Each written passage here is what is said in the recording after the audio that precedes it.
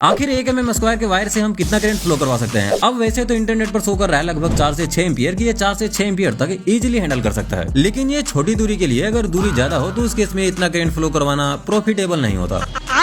तो चलो इसे एक एग्जांपल देकर समझते हैं। चलो मान लेते हैं कि आपको एक पॉइंट से दूसरे पॉइंट पर इलेक्ट्रिसिटी को पहुंचाना है और ये जो दो पॉइंट के बीच की दूरी है वो 1 किलोमीटर का है और ये जो आप वायर यूज कर रहे हो ये 1 mm स्क्वायर का कॉपर का वायर है। तो सबसे पहले हमें इसका रेजिस्टेंस निकालना पड़ेगा, तभी हम बता पाएंगे कि आखिर हम इससे कितना करंट फ्लो करवा सकते हैं। तो आपने 10 क्लास में एक फॉर्मूला जरूर पढ़ा होगा, R = ρl/A। अब यहाँ पर ये जो रो है ये है रेजिस्टिविटी और कॉपर का रेजिस्टिविटी होता है 1.72 × 10⁻⁸ और इसका लंबाई है 2000 मीटर, 1000 मीटर जाने का, 1000 मीटर आने का। बाकी मैंने आपको वायर का मोटाई बता ही दिया है 1 mm स्क्वायर। अब अगर हम इन सब वैल्यू को यहाँ पर रखकर इसका रेजिस्टेंस निकाले तो वो आ रहा है लगभग 34.4 ओम, यानी कि लगभग 35 ओम। अब एक और फॉर्मूला आपने पढ़ा होगा V = IR, ये तो पॉपुलर फॉर्मूला है। अब यहाँ पर रेजिस्टेंस है लगभग 35 ओम और अगर हम 1 एम्पियर का लोड इससे फ्लो करवाते हैं या फिर लगाते हैं तो उस केस में यहाँ पर वोल्टेज ड्रॉप होगा 35 वोल्ट, यानी कि अगर आप इस साइड 230 वोल्ट दोगे तो आपको उस साइड मिलेगा मात्र 195 वोल्ट। ये सिर्फ 1 एम्पियर के लोड पर है। अगर आप 5 एम्पियर लगाओ तो उस केस में वोल्टेज ड्रॉप होगा 175 वोल्ट और लोड वोल्टेज मिलेगा, यानी कि उस साइड आपको वोल्टेज मिलेगा मात्र 55 वोल्ट। इसका मतलब ये जरूरी नहीं कि अगर 1 mm स्क्वायर का वायर है तो वो 5 से 6 एम्पियर हैंडल कर ही लेगा, लेंथ पर भी डिपेंड करता है। और ये चीज मैंने आपको इसीलिए बताया ताकि आपको ये पता चल सके कि आखिर इन सब फॉर्मूले का हमारे रियल लाइफ में क्या यूज है।